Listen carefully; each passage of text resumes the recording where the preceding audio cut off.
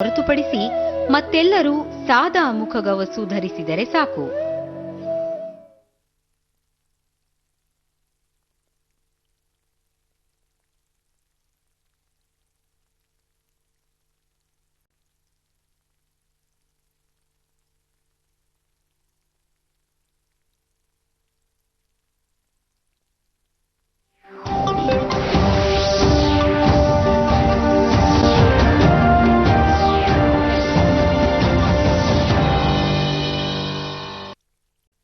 ನಮಸ್ಕಾರ. ಮುಖ್ಯಾಂಶಗಳು. ರಾಜ್ಯದಲ್ಲಿ ಡಿಸೆಂಬರ್ 22 ಹಾಗೂ 27ರಂದು 2 ಹಂತಗಳಲ್ಲಿ ಗ್ರಾಮ ಪಂಚಾಯಿತಿ ಚುನಾವಣೆ. ಇಂದಿನಿಂದಲೇ ನೀತಿ ಸಂಹಿತೆ ಜಾರಿ. ರಾಜ್ಯ ಚುನಾವಣಾ ಆಯೋಗ.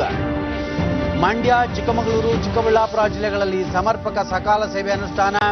ಎಲ್ಲ ಇಲಾಖೆಗಳಲ್ಲಿ ಸೇವೆ ವಿಲೇವಾರಿ ಸೂಚನಾ ಫಲಕ ಕಡ್ಡಾಯ. ಸಚಿವ ಸುರೇಶ್ ಕುಮಾರ್. ಜನರ ಸಮಸ್ಯೆಗೆ ಸ್ಪಂದಿಸುವ ಜಿಲ್ಲಾಡಳಿತ ಹಳ್ಳಿಗಳ ಕಡೆಗೆ ಕಾರ್ಯಕ್ರಮ ಜಾರಿ. ಸರ್ಕಾರದ ಯೋಜನೆಗಳ ಕುರಿತು ಮಾಹಿತಿ. ಸಚಿವ ಅಶೋಕ. ಪ್ರಧಾನಿ ನರೇಂದ್ರ ಮೋದಿ ಇಂದು ವಾರಣಾಸಿ ಭೇಟಿ. 6 ಪಥ ರಾಷ್ಟ್ರೀಯ ಹೆದ್ದಾರಿ ಮಾರ್ಗ ಲೋಕಾರ್ಪಣೆ.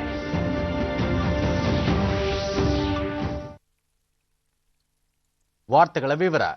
ರಾಜ್ಯದ 30 ಜಿಲ್ಲೆಗಳಲ್ಲಿನ ಗ್ರಾಮ ಪಂಚಾಯಿತಿಗಳಿಗೆ 2 ಹಂತಗಳಲ್ಲಿ ಚುನಾವಣೆ ನಡೆಯಲಿದ್ದು, ಕೊರೋನಾ ಸೋಂಕಿನ ಹಿನ್ನೆಲೆಯಲ್ಲಿ ಅಗತ್ಯ ಮುನ್ನೆಚ್ಚರಿಕಾ ಕ್ರಮಗಳನ್ನು ಪಾಲಿಸಲಾಗುತ್ತಿದೆ ಎಂದು ರಾಜ್ಯ ಚುನಾವಣಾ ಆಯೋಗದ ಆಯುಕ್ತ ಡಾಕ್ಟರ್ ಬಿ ಬಸವರಾಜ್ ಬೆಂಗಳೂರಿನಲ್ಲಿಂದು ತಿಳಿಸಿದ್ದಾರೆ. ಗ್ರಾಮ ಪಂಚಾಯಿತಿ ಚುನಾವಣೆ ಕುರಿತು ಸುದ್ದಿಗಾರರಿಗೆ ಮಾಹಿತಿ ನೀಡಿದ ಅವರು, ಡಿಸೆಂಬರ್ 22ರಂದು ಮೊದಲ ಹಂತ ಹಾಗೂ 27ರಂದು 2ನೇ ಹಂತದಲ್ಲಿ ಚುನಾವಣೆ ನಡೆಯಲಿದೆ. ಒಟ್ಟು 5762 ಗ್ರಾಮ ಪಂಚಾಯಿತಿಗಳಿಗೆ ಚುನಾವಣೆ ನಡೆಸಲಾಗುತ್ತಿದ್ದು, ಇಂದಿನಿಂದಲೇ ನೀತಿ ಸಂಹಿತೆ ಜಾರಿಗೆ ಬರಲಿದೆ ಎಂದರು.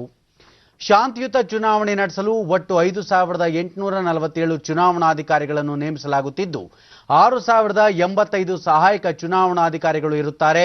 ಮೊದಲ ಹಂತದ ಚುನಾವಣೆಗೆ ಆಯಾ ಜಿಲ್ಲೆಗಳ ಜಿಲ್ಲಾಧಿಕಾರಿಗಳು ಡಿಸೆಂಬರ್ 7ರಂದು ಅಧಿಸೂಚನೆ ಹೊರಡಿಸಲಿದ್ದಾರೆ. ಹಾಗೆಯೇ 2ನೇ ಹಂತದ ಚುನಾವಣೆಗೆ ಡಿಸೆಂಬರ್ 11ರಂದು ಅಧಿಸೂಚನೆ ಪ್ರಕಟಿಸಲಾಗುತ್ತದೆ ಎಂದು ತಿಳಿಸಿದರು. ಒಟ್ಟಾರೆ 45,128 ಮತಗಟ್ಟೆಗಳಲ್ಲಿ ಬೆಳಗ್ಗೆ 7ರಿಂದ ಸಂಜೆ 5 ಗಂಟೆಯವರೆಗೆ ಮತದಾನಕ್ಕೆ ಅವಕಾಶ ಕಲ್ಪಿಸಲಾಗಿದೆ. ಡಿಸೆಂಬರ್ 30ರಂದು ಎಲ್ಲಾ ತಾಲೂಕು ಕೇಂದ್ರಗಳಲ್ಲಿ ಮತ ಎಣಿಕೆ ಕಾರ್ಯ ನಡೆಯಲಿದ್ದು, ಸಂಜೆ ಫಲಿತಾಂಶ ಪ್ರಕಟವಾಗಲಿದೆ ಎಂದು ಆಯುಕ್ತರು ತಿಳಿಸಿದರು.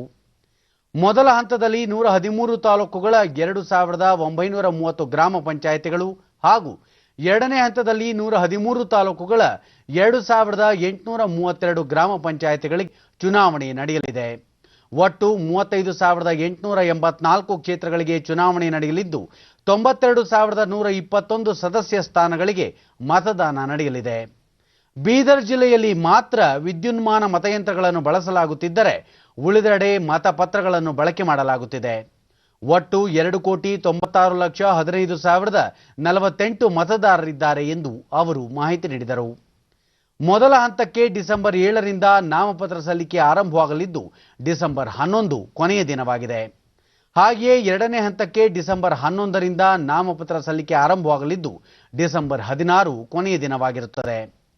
ಕೋವಿಡ್-19 ಹಿನ್ನೆಲೆಯಲ್ಲಿ ಈಗಾಗಲೇ ಸೂಕ್ತ ಮಾರ್ಗಸೂಚಿ ಬಿಡುಗಡೆ ಮಾಡಲಾಗಿದ್ದು, ಸಾರ್ವಜನಿಕರು ಮಾಸ್ಕ್ ಧರಿಸುವುದು, ವ್ಯಕ್ತಿಗತ ಅಂತರ ಕಾಯ್ದುಕೊಳ್ಳುವುದು ಸೇರಿದಂತೆ ಇತರ ನಿಯಮಗಳ ಪಾಲನೆ ಕಡ್ಡಾಯವಾಗಿದೆ. ಅಂಗನವಾಡಿ, ಆಶಾ ಕಾರ್ಯಕರ್ತೆಯರು ಹಾಗೂ ಆರೋಗ್ಯ ಇಲಾಖೆ ಸಿಬ್ಬಂದಿ ಸೇವೆ ಪಡೆಯುವ ಮೂಲಕ ಯಾವುದೇ ಭಯವಿಲ್ಲದೆ ಶಾಂತಿಯುತ ಚುನಾವಣೆ ನಡೆಸಲಾಗುವುದು. ಹೆಚ್ಚಿನ ಸಂಖ್ಯೆಯ ಮತದಾರರು ಮುಕ್ತ ಮನಸ್ಸಿನಿಂದ ಮತಗಟ್ಟೆಗೆ ಆಗಮಿಸಿ ಹಕ್ಕು ಚಲಾಯಿಸುವಂತೆ ಅವರು ಮನವಿ ಮಾಡಿದರು. ಈ ಸದರಿ ಚುನಾವಣೆಯಲ್ಲಿ ಪಾಲ್ಗೊಳ್ಳುವಂತಹ ಒಟ್ಟು ಮತದಾರರು ಬಂದು 2,96,15,048 ಮತದಾರರು. ಅದರಲ್ಲಿ ಪುರುಷರು 1,40,71,71,676, ಮಹಿಳೆಯರು 1,47,41,964 ಹಾಗೂ ಇತರರು 1,048. ಒಟ್ಟು ನಾವು ಈ ಚುನಾವಣೆಗೋಸ್ಕರ ಅಪಾಯಿಂಟ್ ಮಾಡಿರುವಂತಹ ರಿಟರ್ನಿಂಗ್ ಆಫೀಸರ್ಸ್ ಚುನಾವಣಾ ಅಧಿಕಾರಿಗಳು 5,847, ಸಹಾಯಕ ಚುನಾವಣಾ ಅಧಿಕಾರಿಗಳು ಅಂದ್ರೆ ARO ಅವರು 6,085. ಒಟ್ಟು ಮತಗಟ್ಟೆಗಳು ಬಂದು 45,128 ಮತಗಟ್ಟೆಗಳಲ್ಲಿ ಚುನಾವಣೆಯನ್ನು ನಡೆಸಲಾಗ್ತದೆ. ಹಾಗೆ ಒಟ್ಟು 2,70,768 ಮತಗಟ್ಟೆ ಅಧಿಕಾರಿಗಳು ಮತ್ತು ಸಿಬ್ಬಂದಿಗಳು ಸೇರಿ ಈ ಚುನಾವಣೆಯಲ್ಲಿ ಪಾಲ್ಗೊಳ್ತಾರೆ. ಕೋವಿಡ್-19 ಹಿನ್ನೆಲೆಯಲ್ಲಿ ಎಲ್ಲಾ ಮುನ್ನೆಚ್ಚರಿಕೆ ಕ್ರಮಗಳನ್ನ ಕೈಗೊಳ್ಳಲಾಗ್ತಾ ಇದೆ. ಹಾಗೆ ಕೋವಿಡ್-19 ಹಿನ್ನೆಲೆಯಲ್ಲಿ ನಾವು ಈ ಸಾರಿ ಪ್ರಥಮ ಬಾರಿಯಾಗಿ ಅಂಗನವಾಡಿ ಕಾರ್ಯಕರ್ತೆಯರನ್ನ, ಆಶಾ ಕಾರ್ಯಕರ್ತರನ್ನ ಹಾಗೂ ಆರೋಗ್ಯ ಇಲಾಖೆ ಅಧಿಕಾರಿ ಸಿಬ್ಬಂದಿಗಳ ಸೇವೆಯನ್ನು ಸಹ ಈ ನಿಟ್ಟಿನಲ್ಲಿ ನಾವು ಪಡ್ಕೊಳ್ತಾ ಇದ್ದೇವೆ. ರಾಜ್ಯದಲ್ಲಿ ಸಕಾಲ ಸೇವೆಯಡಿ ಹೆಚ್ಚು ಅರ್ಜಿಗಳನ್ನು ಸಲ್ಲಿಸಿ ಹೆಚ್ಚು ಸೇವೆಯನ್ನು ಪಡೆಯುವ ಮೂಲಕ ಮಂಡ್ಯ, ಚಿಕ್ಕಮಗಳೂರು ಹಾಗೂ ಚಿಕ್ಕಬಳ್ಳಾಪುರ ಜಿಲ್ಲೆಗಳು ಮೊದಲ 3 ಸ್ಥಾನಗಳನ್ನು ಪಡೆದುಕೊಂಡಿವೆ ಎಂದು ಪ್ರಾಥಮಿಕ ಮತ್ತು ಪ್ರೌಢಶಿಕ್ಷಣ ಹಾಗೂ ಸಕಾಲ ಸಚಿವ ಎಸ್ ಸುರೇಶ್ ಕುಮಾರ್ ಬೆಂಗಳೂರಿನಲ್ಲಿಂದು ತಿಳಿಸಿದ್ದಾರೆ. ವಿಧಾನಸೌಧದ ಸಮ್ಮೇಳನ ಸಭಾಂಗಣದಲ್ಲಿ ಸರ್ಕಾರದ ಮುಖ್ಯ ಕಾರ್ಯದರ್ಶಿ ಹಾಗೂ ಆಡಳಿತ ಮತ್ತು ಸಿಬ್ಬಂದಿ ಸುಧಾರಣಾ ಇಲಾಖೆ ಅಧಿಕಾರಿಗಳ ಸಭೆ ನಡೆಸಿ ಅವರು ಮಾತನಾಡಿದರು. ಯೋಜನೆಯಡಿ ಉತ್ತಮ ಪ್ರದರ್ಶನ ನೀಡಿದ ರಾಯಚೂರು, ಬೀದರ್ ಹಾಗೂ ಬೆಂಗಳೂರು ನಗರ ಕೊನೆಯ 3 ಸ್ಥಾನಗಳಿಗೆ ಸೀಮಿತವಾಗಿವೆ. ಬೆಂಗಳೂರು ದಕ್ಷಿಣ, ಹುಬ್ಬಳ್ಳಿ ಮತ್ತು ಹಾಸನ ಜಿಲ್ಲೆಗಳು ಉತ್ತಮ ಪ್ರದರ್ಶನ ನೀಡಿದ ತಾಲೂಕುಗಳಾಗಿವೆ ಎಂದು ಸಚಿವರು ಮಾಹಿತಿ ನೀಡಿದರು. 2012ರಲ್ಲಿ 11 ಇಲಾಖೆಗಳ 151 ಸೇವೆಗಳೊಂದಿಗೆ ಸಕಾಲ ಸೇವೆ ಆರಂಭಿಸಲಾಯಿತು. ಪ್ರಸ್ತುತ 98 ಇಲಾಖೆಗಳ 1,025 ಸೇವೆಗಳನ್ನು ಸಕಾಲ ವ್ಯಾಪ್ತಿಗೆ ತರಲಾಗಿದೆ. ಈವರೆಗೆ 22,91,46,008 ಅರ್ಜಿಗಳನ್ನು ಸ್ವೀಕರಿಸಲಾಗಿದ್ದು 22,85,22,647 ಅರ್ಜಿಗಳನ್ನು ವಿಲೇವಾರಿ ಮಾಡಲಾಗಿದೆ ಎಂದು ಅವರು ಮಾಹಿತಿ ನೀಡಿದರು.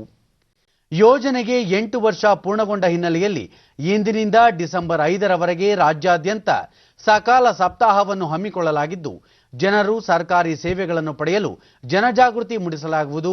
ಎಲ್ಲ ಇಲಾಖೆಗಳ ಮುಂದೆ ಸಕಾಲ ಸೇವೆಗಳು ಮತ್ತು ವಿಲೇವಾರಿ ಕುರಿತು ಬೋರ್ಡ್ ಇರುವಂತೆ ನೋಡಿಕೊಳ್ಳಬೇಕು. ಜಿಲ್ಲಾಧಿಕಾರಿಗಳು ಕಾಲಕಾಲಕ್ಕೆ ಜಿಲ್ಲಾ ಸಕಾಲ ಸಮನ್ವಯ ಸಮಿತಿ ಸಭೆ ನಡೆಸಿ ಅರ್ಜಿಗಳ ಶೀಘ್ರ ವಿಲೇವಾರಿ ಮಾಡುವಂತೆ ಪ್ರಗತಿ ಪರಿಶೀಲನೆ ನಡೆಸಬೇಕು ಎಂದು ಸೂಚಿಸಿದರು. ಸಕಾಲದಲ್ಲಿ ಉತ್ತಮವಾದ ಸಾಧನೆ ಮಾಡಿದೆ. Good performance. ಉದ್ದೇಶಗಳು ಸಾರ್ವಜನಿಕರಿಗೆ ಸಕಾಲದ ಬಗ್ಗೆ. ಇದೇ ವೇಳೆ ಅವರು ಸಕಾಲ ಸೇವೆ ಕುರಿತ ಕೈಪಿಡಿಯನ್ನು ಬಿಡುಗಡೆ ಮಾಡಿದರು. ಸರ್ಕಾರದ ಮುಖ್ಯ ಕಾರ್ಯದರ್ಶಿ ಸಿಎಸ್ ವಿಜಯಭಾಸ್ಕರ್ ಮತ್ತಿತರರು ಉಪಸ್ಥಿತರಿದ್ದರು.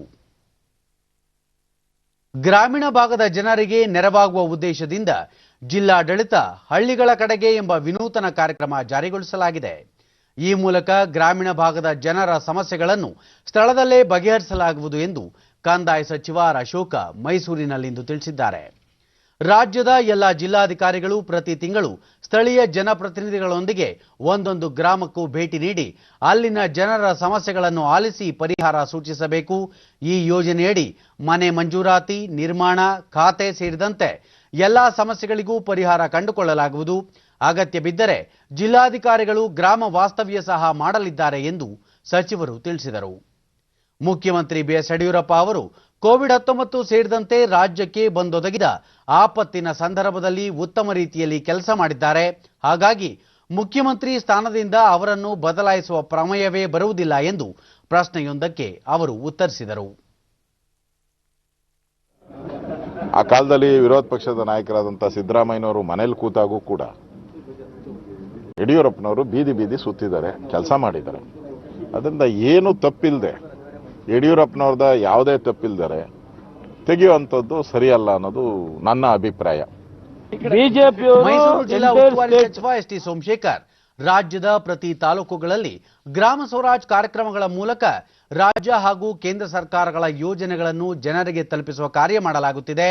ಮುಂಬರುವ ತಾಲೂಕು ಹಾಗೂ ಗ್ರಾಮ ಪಂಚಾಯಿತಿ ಚುನಾವಣೆಗಳಲ್ಲಿ ಪಕ್ಷವನ್ನು ಬಲಪಡಿಸುವುದು ಹಾಗೂ ಬಿಜೆಪಿ ಬೆಂಬಲಿತ ಅಭ್ಯರ್ಥಿಗಳನ್ನು ಗೆಲ್ಲಿಸುವತ್ತ ಗಮನ ಹರಿಸಲಾಗಿದೆ ಎಂದು ಹೇಳಿದರು. ಬಿಜೆಪಿ ಕಾರ್ಯಕರ್ತನ ಚುನಾವಣೆಯಲ್ಲಿ ಗೆಲ್ತಕ್ಕಂಥದಕ್ಕೆ ನಮ್ಮ ಸ್ಟ್ರಾಟಜಿ ಪಂಚಾಯತಿ ಗ್ರಾಮ ಪಂಚಾಯತಿ ಚುನಾವಣೆಯನ್ನ ಸೀರಿಯಸ್ ಆಗಿ ತೆಗೆದುಕೊಂಡು ಪ್ರಧಾನಿ ನರೇಂದ್ರ ಮೋದಿ ಅವರು ಇಂದು ಸಂಸದೀಯ ಕ್ಷೇತ್ರ ವಾರಾಣಸಿಗೆ ಭೇಟಿ ನೀಡಲಿದ್ದಾರೆ. ವಾರಾಣಸಿಯಲ್ಲಿ ಹೊಸದಾಗಿ ಅಭಿವೃದ್ಧಿಪಡಿಸಿರುವ ವಾರಾಣಸಿ ಪ್ರಯಾಗ್ರಾಜ್ ನಡುವಿನ 6 ಪಥಗಳ ರಾಷ್ಟ್ರೀಯ ಹೆದ್ದಾರಿ ಮಾರ್ಗವನ್ನು ಅವರು ರಾಷ್ಟ್ರಕ್ಕೆ ಸಮರ್ಪಿಸಲಿದ್ದಾರೆ. 73 ಕಿಲೋಮೀಟರ್ ಉದ್ದದ ಈ ಹೊಸ ಮಾರ್ಗವನ್ನು 2447 ಕೋಟಿ ರೂಪಾಯಿ ವೆಚ್ಚದಲ್ಲಿ ಅಭಿವೃದ್ಧಿಪಡಿಸಲಾಗಿದ್ದು, ಇದರಿಂದ ಪ್ರಯಾಗ್ರಾಜ್ ಮತ್ತು ವಾರಾಣಸಿ ನಡುವಿನ ಪ್ರಯಾಣದ ಅವಧಿ 1 ಗಂಟೆಗೆ ಇಳಿಕೆಯಾಗಲಿದೆ. ಇದೇ ವೇಳೆ ಪ್ರಧಾನಿ ಅವರು ಕಾಶಿ ವಿಶ್ವನಾಥ ದೇವಾಲಯ ಕಾರಿಡಾರ್ ಯೋಜನಾ ಸ್ಥಳಕ್ಕೆ ಭೇಟಿ ನೀಡಿ ಅಲ್ಲಿ ನಡೆಯುತ್ತಿರುವ ಕಾಮಗಾರಿಯ ಪರಿಶೀಲನೆ ನಡೆಸಲಿದ್ದಾರೆ. ವಾರಾಣಸಿಯಲ್ಲಿ ಪ್ರತಿ ವರ್ಷ ಕಾರ್ತಿಕ ಪೌರ್ಣಿಮೆಯೆಂದು ಆಚರಿಸುವ ವಿಶ್ವವಿಖ್ಯಾತ ದೇವ್ ದೀಪಾವಳಿ ಆಚರಣೆಯಲ್ಲಿ ಪ್ರಧಾನಿ ಭಾಗವಹಿಸಲಿದ್ದಾರೆ. ವಾರಾಣಸಿಯ ರಾಜ್ಘಾಟ್ನಲ್ಲಿ ದೀಪ ಬೆಳಗುವ ಮೂಲಕ ಗಂಗಾ ನದಿಯ ಇಕ್ಕೆಲಗಳಲ್ಲಿ 11 ಲಕ್ಷ ದೀಪಗಳನ್ನು ಬೆಳಗಿಸಲು ಪ್ರಧಾನಿ ಚಾಲನೆ ನೀಡಲಿದ್ದಾರೆ.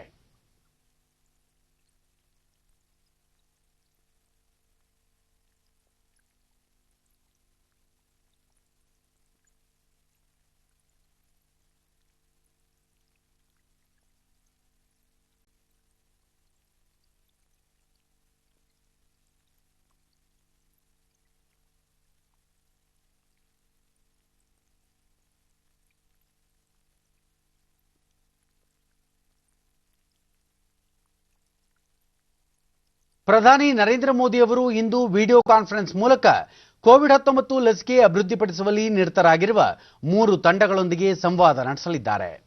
ಲಸಿಕೆ ಅಭಿವೃದ್ಧಿಯಲ್ಲಿ ತೊಡಗಿರುವ ಜಿನೋವಾ ಬಯೋಫಾರ್ಮ್, ಬಯೋಲಾಜಿಕಲ್ ಇ ಮತ್ತು ಡಾಕ್ಟರ್ ರೆಡ್ಡಿ ಅವರ ತಂಡಗಳೊಂದಿಗೆ ಪ್ರಧಾನಿ ಅವರು ಸಂವಾದ ನಡೆಸಲಿದ್ದಾರೆ. ಮೊನ್ನೆಯಷ್ಟೇ ನರೇಂದ್ರ ಮೋದಿ ಅವರು ಪುಣೆಯ ಸೆರಮ್ ಇನ್ಸ್ಟಿಟ್ಯೂಟ್ ಆಫ್ ಇಂಡಿಯಾಕ್ಕೆ ಭೇಟಿ ನೀಡಿ ಕೋವಿಡ್-19 ವಿರುದ್ಧ ದೇಶದಲ್ಲಿ ಲಸಿಕೆ ಅಭಿವೃದ್ಧಿ ಹಾಗೂ ವಿತರಣೆಯ ಪೂರ್ವ ಸಿದ್ಧತೆಗಳು, ಸವಾಲುಗಳು ಮತ್ತು ಮಾರ್ಗಸೂಚಿ ಸೇರಿದಂತೆ ಪ್ರಮುಖ ಅಂಶಗಳ ಕುರಿತು ಪರಿಶೀಲನೆ ನಡೆಸಿದರು. ಅಹಮದಾಬಾದ್ನ ಜೈಡಸ್ ಬಯೋಟೆಕ್ ಪಾರ್ಕ್ ಮತ್ತು ಹೈದರಾಬಾದ್ನ ಭಾರತ್ ಬಯೋಟೆಕ್ ಸೌಲಭ್ಯ ಕೇಂದ್ರಕ್ಕೂ ಭೇಟಿ ನೀಡಿದ ಅವರು ಲಸಿಕೆ ಅಭಿವೃದ್ಧಿ ಮತ್ತು ಉತ್ಪಾದನಾ ಪ್ರಕ್ರಿಯೆಯನ್ನು ಪರಿಶೀಲಿಸಿದ್ದರು.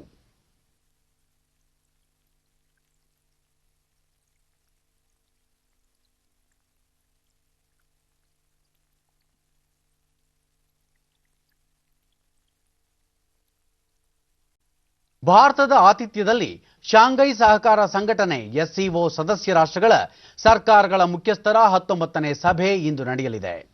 ಉಪರಾಷ್ಟ್ರಪತಿ ಎಂ ವೆಂಕಯ್ಯ ನಾಯ್ಡು ಸಭೆಯ ಅಧ್ಯಕ್ಷತೆ ವಹಿಸಲಿದ್ದಾರೆ.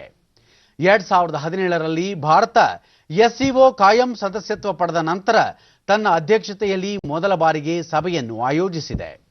ವ್ಯಾಪಾರ ಮತ್ತು ಆರ್ಥಿಕ ಅಭಿವೃದ್ಧಿಯ ಕಾರ್ಯಸೂಚಿಗಳನ್ನು ಮುಖ್ಯವಾಗಿಟ್ಟುಕೊಂಡು ಈ ವಾರ್ಷಿಕ ಸಭೆ ನಡೆಸಲಾಗುತ್ತಿದೆ. ಸಭೆಯಲ್ಲಿ ಎಸ್ಸಿಒ ಸದಸ್ಯ ರಾಷ್ಟ್ರಗಳಾದ Russia, China, Kazakhstan, Kyrgyzstan, Tajikistan ಮತ್ತು ಉಜ್ಬೇಕಿಸ್ತಾನ್ ರಾಷ್ಟ್ರಗಳ ಪ್ರಧಾನಮಂತ್ರಿಗಳು ಭಾಗವಹಿಸಲಿದ್ದಾರೆ. ಶಾಂಘೈ ಸಹಕಾರ ಸಂಸ್ಥೆ ಅತ್ಯಂತ ಪ್ರಮುಖ ಪ್ರಾದೇಶಿಕ ಸಂಸ್ಥೆಯಾಗಿದ್ದು, ಶಾಂತಿ, ಬದ್ಧತೆ, ವ್ಯಾಪಾರ, ಆರ್ಥಿಕತೆ ಮತ್ತು ಸಂಸ್ಕೃತಿ ಸೇರಿದಂತೆ ಹಲವು ವಲಯಗಳಲ್ಲಿ ಸಹಕಾರ ಸಂಬಂಧ ವೃದ್ಧಿಯಲ್ಲಿ ಮಹತ್ವದ ಪಾತ್ರ ವಹಿಸುತ್ತಿದೆ.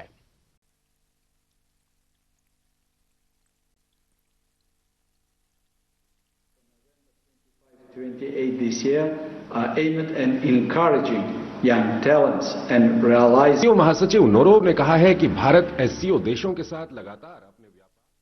ಕೇಂದ್ರ ಗೃಹ ಸಚಿವ ಅಮಿತ್ ಶಾ ಇಂದು ಗುಜರಾತ್ನ ಅಹಮದಾಬಾದ್ನಲ್ಲಿ 2 ಮೇಲ್ಸೇತುವೆಗಳನ್ನು ವರ್ಚುವಲ್ ರೂಪದಲ್ಲಿ ರಾಷ್ಟ್ರಕ್ಕೆ ಸಮರ್ಪಿಸಲಿದ್ದಾರೆ.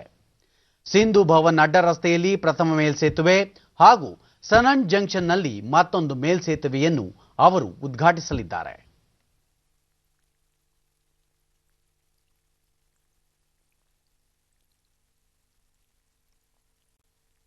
ಮುಂದಿನ ವಿಧಾನಸಭಾ ಚುನಾವಣೆಯಲ್ಲಿ 150 ಸ್ಥಾನಗಳಲ್ಲಿ ಗೆಲುವು ಸಾಧಿಸುವಂತೆ ಮಾಡಲು ಪಕ್ಷವನ್ನು ತಳಮಟ್ಟದಿಂದ ಸಂಘಟಿಸಲಾಗುವುದು ಎಂದು ಬಿಜೆಪಿ ರಾಜ್ಯಾಧ್ಯಕ್ಷ ನಳಿನ್ ಕುಮಾರ್ ಕಟೀಲ್ ಚಿಕ್ಕಬಳ್ಳಾಪುರದಲ್ಲಿ ತಿಳಿಸಿದ್ದಾರೆ. ಪಕ್ಷದ ಗ್ರಾಮ ಸ್ವರಾಜ್ ಸಮಾವೇಶದಲ್ಲಿ ಅವರು ಗ್ರಾಮ ಪಂಚಾಯಿತಿ ಚುನಾವಣೆಗಳನ್ನು ಸವಾಲಾಗಿ ಸ್ವೀಕರಿಸಿದ್ದು, ಪಂಚರತ್ನ ಸಮಿತಿಗಳನ್ನು ರಚಿಸಲಾಗಿದೆ. ಈ ಸಂದರ್ಭದಲ್ಲಿ ಕುಟುಂಬ ಸಮಾವೇಶಗಳನ್ನು ಯಶಸ್ವಿಯಾಗಿ ನಡೆಸಲಾಗಿದೆ ಎಂದು ತಿಳಿಸಿದರು. ಪ್ರಧಾನಮಂತ್ರಿಗಳು ಮಾತು ಉಲ್ಲೇಖ ಮಾಡಿದ್ರು, ಬೂತ್ ಗೆದ್ದಾಗ ದೇಶ ಗೆಲ್ಲುತ್ತೆ. ಹಾಗಾಗಿ ಮತಗಟ್ಟೆಯಿಂದ ಗೆದ್ದಾಗ ನಾವು ಯಶಸ್ವಿ ಆಗಿರೋ ಆ ಕಾರಣಕ್ಕೋಸ್ಕರ ಸವಾಲನ್ನು ಸ್ವೀಕಾರ ಮಾಡಿ ಪಂಚಾಯತ್ ಚುನಾವಣೆಗೆ ರಾಜಕೀಯ ಪಾರ್ಟಿಯಾಗಿ ಚಿಹ್ನೆ ಇಲ್ಲದಿದ್ದರೂ ನಮ್ಮ ಬೆಂಬಲದ ಅಭ್ಯರ್ಥಿಗಳು ನಿಲ್ಲೋದ್ರಿಂದ ಪ್ರತಿಯೊಬ್ಬ ಕಾರ್ಯಕರ್ತನನ್ನ ನಾಯಕನನ್ನಾಗಿಸಬೇಕು ಅನ್ನುವ ಗುರಿಯನ್ನು ಇಟ್ಕೊಂಡು ಪಂಚಾಯತನ್ನು ಗೆಲ್ಲುವ ದೃಷ್ಟಿಯಿಂದ ಇವತ್ತು ಗ್ರಾಮ ಸ್ವರಾಜ್ಯ ಸಮಾವೇಶಗಳನ್ನು ಮಾಡ್ತಾ ಇದ್ವಿ. ಸಂಸದೆ ಶೋಭಾ ಕರಂದ್ಲಾಜೆ ಗ್ರಾಮಗಳ ಅಭಿವೃದ್ಧಿಗಾಗಿ ಸರ್ಕಾರದ ಯೋಜನೆಗಳನ್ನು ಕಟ್ಟಕಡೆಯ ವ್ಯಕ್ತಿಗೂ ತಲುಪಿಸುವ ಹಾಗೂ ಪಕ್ಷ ಸಂಘಟನೆ ಮಾಡುವ ಉದ್ದೇಶದಿಂದ ಗ್ರಾಮ ಸ್ವರಾಜ್ ಸಮಾವೇಶಗಳನ್ನು ನಡೆಸಲಾಗುತ್ತಿದೆ. ರಾಜ್ಯದ 5,000 ಪಂಚಾಯಿತಿಗಳಲ್ಲಿ ಬಿಜೆಪಿ ಬೆಂಬಲಿತ 96,000 ಸದಸ್ಯರನ್ನು ಆಯ್ಕೆ ಮಾಡುವ ಬೃಹತ್ ಪ್ರಕ್ರಿಯೆ ಆರಂಭವಾಗಿದೆ ಎಂದು ತಿಳಿಸಿದರು. 6,000 ಪಂಚಾಯಿತಿ ಸದಸ್ಯರನ್ನ ಆಯ್ಕೆ ಮಾಡುವಂತ ಒಂದು ದೊಡ್ಡ ಪ್ರಕ್ರಿಯೆ ಇದು. ಚುನಾವಣೆ ಯಾವಾಗ ಬೇಕಾದರೂ ನಡೀಬಹುದು. ಈ ವೇಳೆ ಕೋಲಾರ ಸಂಸದ ಮುನಿಸ್ವಾಮಿ, ಮುಜರಾಯಿ ಖಾತೆ ಸಚಿವ ಕೋಟಾ ಶ್ರೀನಿವಾಸ ಪೂಜಾರಿ ಉಪಸ್ಥಿತರಿದ್ದರು. ದೇಶದಲ್ಲಿ ಕಳೆದ 24 ಗಂಟೆಗಳಲ್ಲಿ 38,772 ಕೊರೋನಾ ಸೋಂಕು ಪ್ರಕರಣಗಳು ಪತ್ತೆಯಾಗಿದ್ದು, ಒಟ್ಟು ಸೋಂಕಿತರ ಸಂಖ್ಯೆ 94,31,692ಕ್ಕೆ ಏರಿಕೆಯಾಗಿದೆ. ಸೋಂಕಿತರ ಚೇತರಿಕೆ ಪ್ರಮಾಣದಲ್ಲಿ ಏರಿಕೆಯಾಗುತ್ತಿದೆ. ನಿನ್ನೆ 45,333 ಮಂದಿ ವಿವಿಧ ಆಸ್ಪತ್ರೆಗಳಿಂದ ಬಿಡುಗಡೆಯಾಗಿದ್ದು, ಒಟ್ಟು 88,47,600 ಸೋಂಕಿತರು ಗುಣಮುಖರಾಗಿದ್ದಾರೆ. ಇದರೊಂದಿಗೆ ಚೇತರಿಕೆ ಪ್ರಮಾಣ 93.81ಕ್ಕೆ ಹೆಚ್ಚಳವಾಗಿದೆ. ಒಂದೇ ದಿನ 443 ಮಂದಿ ಮೃತಪಟ್ಟಿದ್ದು, ಇದುವರೆಗೆ ಒಟ್ಟು 1,37,139 ಮಂದಿ ಸಾವನ್ನಪ್ಪಿದ್ದಾರೆ. ಮರಣ ದರ 1.45ಕ್ಕೆ ತಗ್ಗಿದೆ. 4,46,952 ಸೋಂಕಿತರು ವಿವಿಧ ಆಸ್ಪತ್ರೆಗಳಲ್ಲಿ ಚಿಕಿತ್ಸೆ ಪಡೆಯುತ್ತಿದ್ದು, ಸಕ್ರಿಯ ಪ್ರಕರಣಗಳ ಸಂಖ್ಯೆ 4.74ಕ್ಕೆ ಇಳಿಕೆಯಾಗಿದೆ. ದೇಶದಲ್ಲಿ ಕೊರೋನಾ ಪರೀಕ್ಷಾ ಸಾಮರ್ಥ್ಯದಲ್ಲಿ ಗಣನೀಯ ಹೆಚ್ಚಳವಾಗಿದೆ. ನಿನ್ನೆಯವರೆಗೆ 14,3,79,976 ಮಾದರಿಗಳ ಪರೀಕ್ಷೆ ನಡೆಸಲಾಗಿದೆ ಎಂದು ಭಾರತೀಯ ವೈದ್ಯಕೀಯ ಸಂಶೋಧನಾ ಸಂಸ್ಥೆ ಐಸಿಎಂಆರ್ ತಿಳಿಸಿದೆ. ನಿನ್ನೆ ಒಂದೇ ದಿನ 8,76,173 ಮಾದರಿಗಳ ಪರೀಕ್ಷೆ ನಡೆಸಲಾಗಿದೆ. ಸರ್ಕಾರಿ ಹಾಗೂ ಖಾಸಗಿ ಪ್ರಯೋಗಾಲಯಗಳಲ್ಲಿ ನಿರಂತರವಾಗಿ ಹೆಚ್ಚಿನ ಪರೀಕ್ಷೆ ಕೈಗೊಳ್ಳಲಾಗುತ್ತಿದೆ ಎಂದು ಐಸಿಎಂಆರ್ ತಿಳಿಸಿದೆ.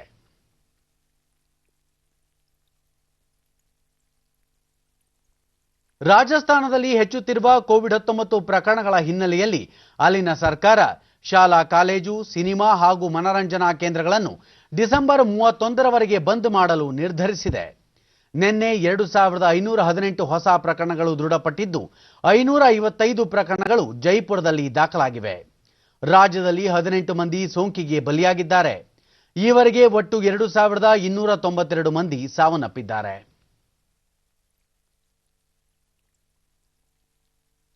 ರಾಜ್ಯದಲ್ಲಿ ಕೃಷಿ ಆಹಾರೋತ್ಪನ್ನಗಳ ರಫ್ತು ಪ್ರಮಾಣ ಹೆಚ್ಚಿಸುವ ಉದ್ದೇಶದಿಂದ ಕೇಂದ್ರ ಸರ್ಕಾರದ ಕೃಷಿ ಮತ್ತು ಸಂಸ್ಕರಿತ ಆಹಾರೋತ್ಪನ್ನಗಳ ರಫ್ತು ಅಭಿವೃದ್ಧಿ ಮಂಡಳಿ ಅಪೆಡ ಚಿತ್ರದುರ್ಗ ಜಿಲ್ಲೆ ಚಳ್ಳಕೆರೆ ತಾಲೂಕನ್ನು ದಾಳಿಂಬೆ ಘಟಕವನ್ನಾಗಿ ಆಯ್ಕೆ ಮಾಡಿದೆ. ಮಂಡಳಿಯ ಅಧಿಕಾರಿಗಳು ಈಗಾಗಲೇ ಚಳ್ಳಕೆರೆಯ ತೋಟಗಾರಿಕೆ ಇಲಾಖೆ ಹಾಗೂ ದೊಡ್ಡ ಉಳ್ಳಾರ್ತಿ ಗ್ರಾಮಕ್ಕೆ ಭೇಟಿ ನೀಡಿ ರೈತರೊಂದಿಗೆ ಬೆಳೆಯ ಕುರಿತು ಚರ್ಚೆ ಹಾಗೂ ಸಂವಾದಗಳನ್ನು ನಡೆಸಿದ್ದಾರೆ. ಚಳ್ಳಕೆರೆ ತಾಲೂಕನ್ನು ದಾಳಿಂಬೆ ಕ್ಲಸ್ಟರ್ಗೆ ಆಯ್ಕೆ ಮಾಡಿರುವುದು ಬೆಳೆಗಾರರಲ್ಲಿ ಸಂತಸ ಮೂಡಿಸಿದ್ದು, ದಾಳಿಂಬೆಯಲ್ಲಿನ ರೋಗ ಬಾಧೆಗೆ ಪರಿಹಾರ, ರಫ್ತು ಪ್ರಮಾಣ ಹೆಚ್ಚಳ, ಉತ್ತಮ ಬೆಲೆ ದೊರೆಯುವ ನಿರೀಕ್ಷೆಯಲ್ಲಿದ್ದಾರೆ.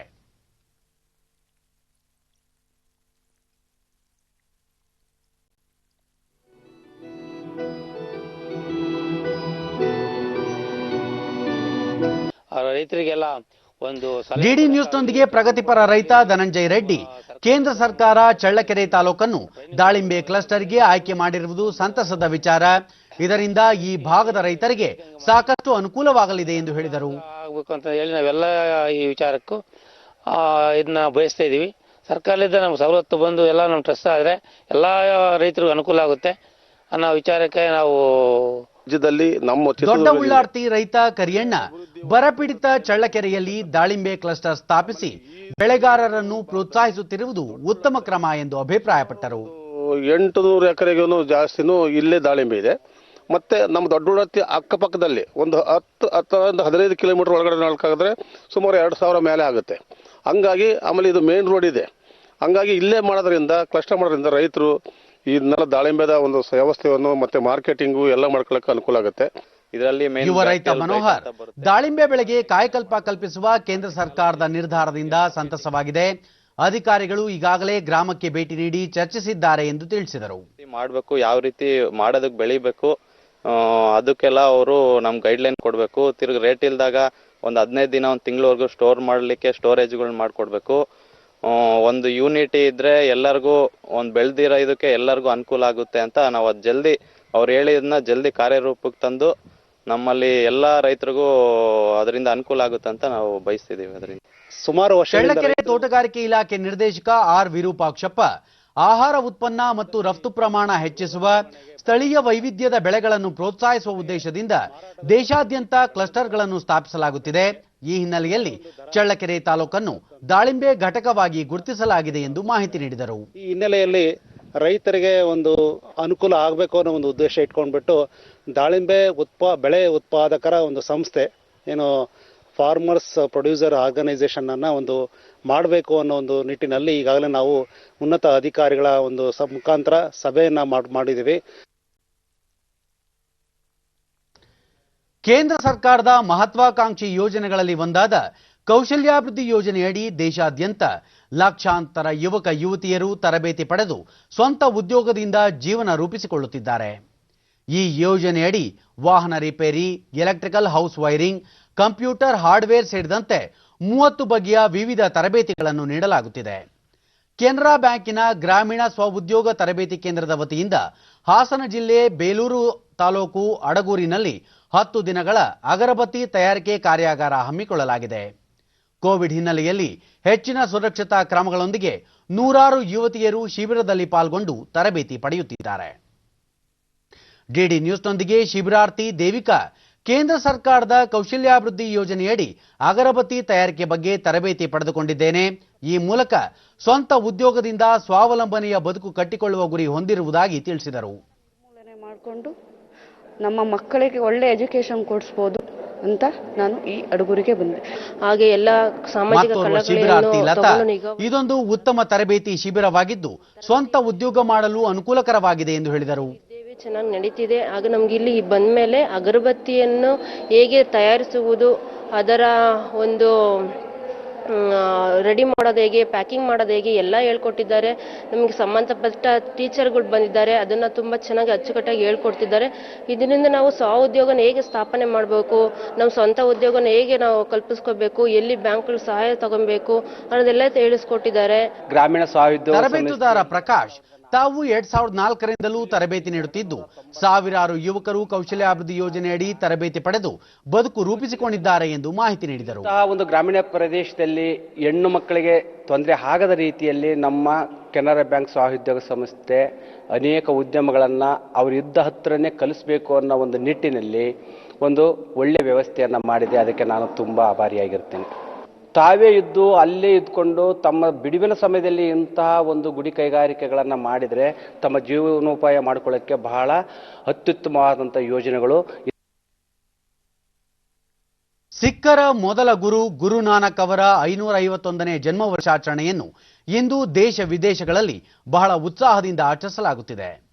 ಸಿಖ್ ಧರ್ಮಕ್ಕೆ ಮೊದಲ ಅಡಿಪಾಯ ಹಾಕಿದ ಗುರುನಾನಕ್ ದೇವ್ ಅವರ ಜಯಂತಿ ಅಂಗವಾಗಿ ಪಂಜಾಬ್ನ ಅಮೃತಸರದಲ್ಲಿರುವ ಸ್ವರ್ಣ ಮಂದಿರದಲ್ಲಿ ಸಿಖ್ ಸಮುದಾಯದವರ ಪ್ರಾರ್ಥನೆ ಸಲ್ಲಿಸುತ್ತಿದ್ದಾರೆ. ಈ ದಿನವನ್ನು ಗುರುಪೂರಬ್ ಎಂದು ಸಹ ಆಚರಿಸಲಾಗುತ್ತದೆ.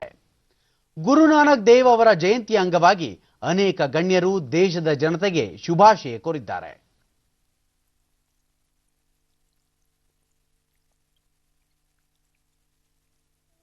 ರಾಷ್ಟ್ರಪತಿ ರಾಮನಾಥ್ ಕೋವಿಂದ್ ಗುರುನಾನಕ್ ದೇವ್ ಅವರ ಜೀವನ ಮತ್ತು ಬೋಧನೆಗಳು ಎಲ್ಲರಿಗೂ ಸ್ಫೂರ್ತಿದಾಯಕವಾಗಿವೆ.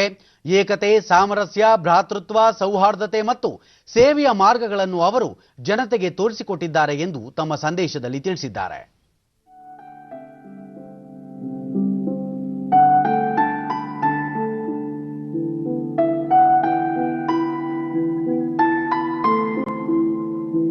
ಉಪರಾಷ್ಟ್ರಪತಿ ಎಂ ವೆಂಕಯ್ಯ ನಾಯ್ಡು ಸಿಖ್ ಧರ್ಮದ ಸ್ಥಾಪಕ ಗುರುನಾನಕ್ ದೇವ್ ಜಿ ತಮ್ಮ ಉದಾತ್ತ ಜೀವನದ ಮೂಲಕ ಸತ್ಯ, ಸಹಾನುಭೂತಿ ಮತ್ತು ಸದಾಚಾರದ ಪ್ರತೀಕವಾಗಿ ಉಳಿದುಕೊಂಡಿದ್ದಾರೆ. ಸಹಾನುಭೂತಿ ಮತ್ತು ನಮ್ರತೆಯ ಮಾರ್ಗವನ್ನು ಅನುಸರಿಸಲು ಹಾಗೂ ಜಾತಿ, ಮತ ಅಥವಾ ಧರ್ಮವನ್ನು ಲೆಕ್ಕಿಸದೆ ಎಲ್ಲರ ಬಗ್ಗೆ ಗೌರವ ಹೊಂದಲು ಪ್ರೇರಕ ಶಕ್ತಿಯಾಗಿದ್ದಾರೆ ಎಂದು ತಮ್ಮ ಟ್ವೀಟ್ ಸಂದೇಶದಲ್ಲಿ ಸ್ಮರಿಸಿದ್ದಾರೆ.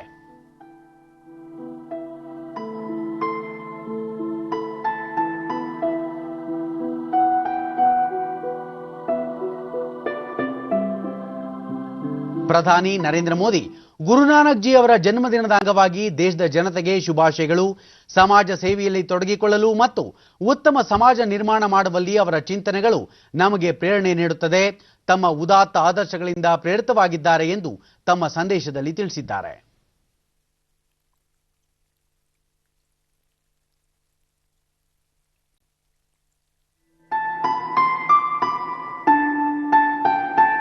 ಕೇಂದ್ರ ವಾರ್ತಾ ಮತ್ತು ಪ್ರಸಾರ ಖಾತೆ ಸಚಿವ ಪ್ರಕಾಶ್ ಜಾವಡೇಕರ್ ಇಡೀ ದೇಶದ ಜನತೆಗೆ ಸಿಖ್ಖರ ಧರ್ಮಗುರು ಗುರುನಾನಕ್ ಅವರ 551ನೇ ಜನ್ಮದಿನದ ಶುಭಾಶಯಗಳು. ತಮ್ಮ ಆದರ್ಶ ವಿಚಾರಗಳಿಂದ ಗುರುನಾನಕ್ ದೇವ್ ಅವರ ಸಮಾಜದ ಮೇಲಿನ ಪ್ರಭಾವ ಎದ್ದು ಕಾಣುತ್ತದೆ ಎಂದು ಟ್ವೀಟ್ನಲ್ಲಿ ತಿಳಿಸಿದ್ದಾರೆ. ಮುಖ್ಯಮಂತ್ರಿ ಬಿಎಸ್ ಯಡಿಯೂರಪ್ಪ ನಾಡಿನ ಸಮಸ್ತ ಜನತೆಗೆ ಗುರುನಾನಕ್ ಅವರ 551ನೇ ಜಯಂತಿಯ ಹಾರ್ದಿಕ ಶುಭಾಶಯಗಳು. ದೇವರಲ್ಲಿ ಭಕ್ತಿ, ಪ್ರಾಮಾಣಿಕ ಜೀವನ, ಸಮಾಜಮುಖಿ ಕರ್ತವ್ಯಗಳನ್ನು ಉಪದೇಶಿಸಿದ ಗುರುನಾನಕ್ ಅವರ ಬೋಧನೆಗಳು ಮನುಕುಲದ ಏಳಿಗೆಗೆ ನಿರಂತರ ದಾರಿದೀಪವಾಗಿದೆ ಎಂದು ಟ್ವೀಟ್ ಮಾಡಿದ್ದಾರೆ. ಸಿಖ್ಖರ ಧರ್ಮಗುರು ಗುರುನಾನಕ್ ಜಯಂತಿಯನ್ನು ಬೆಂಗಳೂರಿನಲ್ಲೂ ಸಂಭ್ರಮದಿಂದ ಆಚರಿಸಲಾಗುತ್ತಿದೆ. ಹಲಸೂರು ಬಳಿಯ ಗುರುದ್ವಾರ ರಸ್ತೆಯಲ್ಲಿರುವ ಗುರುನಾನಕ್ ಮಂದಿರದಲ್ಲಿ ಸಿಖ್ ಸಮುದಾಯದವರು ವಿಶೇಷ ಪ್ರಾರ್ಥನೆ ಸಲ್ಲಿಸುತ್ತಿದ್ದಾರೆ. ಗುರುನಾನಕ್ ದೇವ್ ಅವರನ್ನು ಕುರಿತ ಕಾರ್ಯಕ್ರಮಗಳು ನಡೆಯುತ್ತಿವೆ.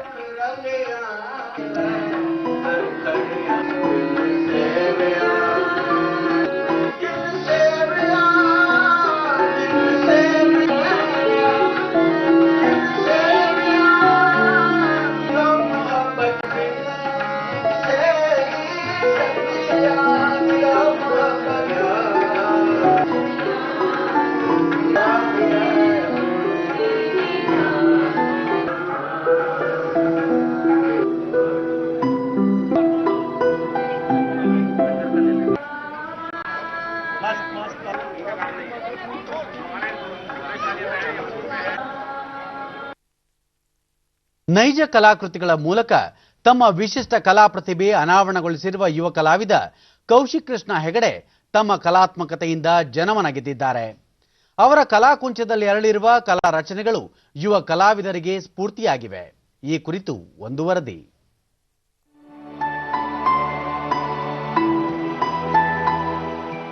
ಉತ್ತರ ಕನ್ನಡ ಜಿಲ್ಲೆಯ ಶಿರ್ಸಿ ಸಮೀಪದ ಗಡಿಹಳ್ಳಿಯ ಯುವ ಕಲಾವಿದ ಕೌಶಿಕ್ ಕೃಷ್ಣ ಹೆಗಡೆ ಅನನ್ಯ ಪ್ರತಿಭೆ. ಇವರ ಕೈಚಳಕದಲ್ಲಿ ಮೂಡಿರುವ ಕಲಾಕೃತಿಗಳು ನೈಜತೆಯ ಪ್ರತಿಬಿಂಬವಾಗಿವೆ. ಮಕ್ಕಳ ತುಂಟಾಟ, ಪ್ರಕೃತಿ ಸೌಂದರ್ಯ ರೂಪಕಗಳು, ವನ್ಯಜೀವಿ, ಗ್ರಾಮೀಣ ಪರಿಸರ, ನಾಗಾ ಸಾಧುಗಳ ಜೀವನಾಧಾರಿತ ಚಿತ್ರಗಳು ಜೀವ ತಳೆದಿವೆ. ಇವರ ಕಲಾಕೃತಿಗಳು ರಾಷ್ಟ್ರೀಯ, ಅಂತಾರಾಷ್ಟ್ರೀಯ ಮಟ್ಟದಲ್ಲಿಯೂ ಖ್ಯಾತಿ ಗಳಿಸಿವೆ. 3 ನಿಮಿಷದಲ್ಲಿ ವರನಟ ಡಾಕ್ಟರ್ ರಾಜ್ಕುಮಾರ್ ಅವರ ಭಾವಚಿತ್ರ ಹಾಗೂ ಸತತ 8 ಗಂಟೆಗಳ ಅವಧಿಯಲ್ಲಿ 100 ಚಿತ್ರಗಳನ್ನು ಬಿಡಿಸಿ ವಿಶಿಷ್ಟ ದಾಖಲೆಗಳನ್ನು ತಮ್ಮದಾಗಿಸಿಕೊಂಡಿದ್ದಾರೆ. ಸತತ 8 ವರ್ಷಗಳಿಂದ ಚಿತ್ರಕಲೆಯ ವಿವಿಧ ಪ್ರಕಾರಗಳಲ್ಲಿ ತೊಡಗಿಕೊಂಡಿರುವ ಇವರು ಲ್ಯಾಂಡ್ಸ್ಕೇಪ್, ವಾಟರ್ ಕಲರ್, ತೈಲವರ್ಣ ಹಾಗೂ ಕಲರ್ ಪೆನ್ಸಿಲ್ ಶೇಡಿಂಗ್ನಿಂದ ಚಿತ್ರಗಳನ್ನು ರಚಿಸುತ್ತಾ ಬಂದಿದ್ದಾರೆ. ಪೋರ್ಟ್ರೇಟ್ ಚಿತ್ರಗಳನ್ನು ಬರೆಯುವಲ್ಲಿಯೂ ಅಪಾರ ಆಸಕ್ತಿ ಹೊಂದಿದ್ದಾರೆ. ತಮ್ಮ ವಿಭಿನ್ನ ಕಲಾಕೃತಿಗಳ ಮೂಲಕ ಪರಿಚಿತರಾದ ಇವರು ರಾಜ್ಯವಷ್ಟೇ ಅಲ್ಲದೆ ನೆರೆ ರಾಜ್ಯಗಳಾದ ಗೋವಾ, ಮಹಾರಾಷ್ಟ್ರಗಳಲ್ಲಿಯೂ ತಮ್ಮ ಚಿತ್ರಗಳನ್ನು ಪ್ರದರ್ಶಿಸಿದ್ದಾರೆ. ಕೌಶಿಕ್ ಕೃಷ್ಣ ಹೆಗಡೆ ಅವರಿಗೆ ಕ್ಯಾಮಲಿನ್ ಕಲಾ ಪ್ರಶಸ್ತಿ, ಅಯೋಧ್ಯೆ ಕಲಾ ಪ್ರಶಸ್ತಿ ಸೇರಿ ಹಲವು ಪುರಸ್ಕಾರಗಳು ಲಭಿಸಿವೆ. ಇವರ ಕಲಾಕೃತಿಗಳಿಂದ ಪ್ರೇರಿತಗೊಂಡಿರುವ ಸಮರ್ಥ ಹೆಗಡೆ ಡಿಡಿ ನ್ಯೂಸ್ನೊಂದಿಗೆ ಇವರಿಂದ ತಮಗೂ ಚಿತ್ರಕಲೆಯಲ್ಲಿ ಆಸಕ್ತಿ ಮೂಡಿದೆ ಎಂದರು. ಅವ್ರ ಚಿತ್ರ ನೋಡಿ ನಾನು ಅದನ್ನೆಲ್ಲ ಬಿಡಿಸ್ಬೇಕು ಅಂತ ಮಾಡಿದ್ದೀನಿ. ಗೋಲ್ಡ್ ಮೆಡಲ್ ಎಲ್ಲ ತಗೊಂಡಿದ್ದಾರೆ. ಅವ್ರ ಮನೆಗೆ ಬಂದು ಅವ್ರ ಚಿತ್ರ ನೋಡಿ ನಾನು ಅದನ್ನ ಬಿಡಿಸ್ಬೇಕು ಅಂತ ಟ್ರೈ ಮಾಡ್ತೀನಿ. ಅವ್ರು ನೋಡಿ ತುಂಬ ಇನ್ಸ್ಪೈರ್ ಆಗಿದ್ದೀನಿ. ಮತ್ತು ಅವ್ರ ಚಿತ್ರ ಕಲಿಸ್ಕೊಟ್ರೆ ನಾನು ಅದರಲ್ಲಿ ಅವ್ರ ಹತ್ರ ಚಿತ್ರ ಕಲಿತು ತುಂಬ ಎತ್ತರಕ್ಕೆ ಬೆಳೆದು ಸಾಧನೆ ಮಾಡಬೇಕು ಅಂತ ಮಾಡಿದ್ದೀನಿ. ಇದರಲ್ಲಿ ತುಂಬ ಆರ್ಥಿಕ ಲಾಭ ಕೂಡ ಇದೆ. ಕಲಾವಿದ ಕೌಶಿಕ್ ಕೃಷ್ಣ ಹೆಗಡೆ, ರಾಜಾ ರವಿ ವರ್ಮಾ, BKS ವರ್ಮಾ ಮುಂತಾದ ಹಿರಿಯ ಕಲಾವಿದರು ತಮಗೆ ಸ್ಫೂರ್ತಿ ಎಂದು ತಿಳಿಸಿದರು.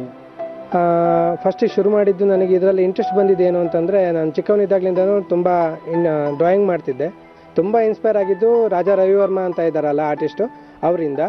ಆ ನಂತರ BKS ವರ್ಮಾ ಅವರಾಗಿರ್ಬೋದು, ಇಲ್ಲಾಂತಂದರೆ ಈಗಿನ ಆಧುನಿಕ ಚಿತ್ರಕಲಾವಿದರು ಯಾರ್ಯಾರಿದ್ದಾರೆ ಅವರಿಂದ ಎಲ್ಲ ಇನ್ಸ್ಪೈರ್ ಆಗಿದ್ದೀನಿ. ಹಾಗೆ ನನ್ನಿಂದನೂ ತುಂಬ ಜನ ಇನ್ಸ್ಪೈರ್ ಆಗಲಿ ಅನ್ನೋದೊಂದು ಆಸೆ ಇದೆ. ಕೊನೆಯಲ್ಲಿ ಮತ್ತೊಮ್ಮೆ ಮುಖ್ಯಾಂಶಗಳು. ರಾಜ್ಯದಲ್ಲಿ ಡಿಸೆಂಬರ್ 22 ಹಾಗೂ 27ರಂದು 2 ಹಂತಗಳಲ್ಲಿ ಗ್ರಾಮ ಪಂಚಾಯಿತಿ ಚುನಾವಣೆ. ಇಂದಿನಿಂದಲೇ ನೀತಿ ಸಂಹಿತೆ ಜಾರಿ, ರಾಜ್ಯ ಚುನಾವಣಾ ಆಯೋಗ. ಮಂಡ್ಯ, ಚಿಕ್ಕಮಗಳೂರು, ಚಿಕ್ಕಬಳ್ಳಾಪುರ ಜಿಲ್ಲೆಗಳಲ್ಲಿ ಸಮರ್ಪಕ ಸಕಾಲ ಸೇವೆ ಅನುಷ್ಠಾನ.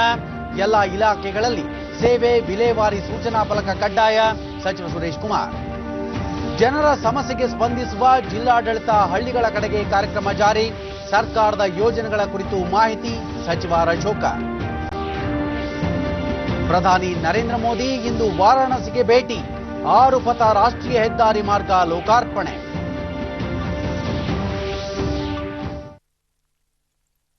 ನಮ್ಮ ವಾರ್ತಾ ಪ್ರಸಾರವನ್ನು ನೀವು ಡಿಡಿ ಚಂದನ ನ್ಯೂಸ್ ಯೂಟ್ಯೂಬ್ ಚಾನೆಲ್ನಲ್ಲೂ ವೀಕ್ಷಿಸಬಹುದು.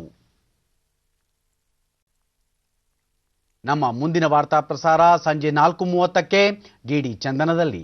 ನಮಸ್ಕಾರ.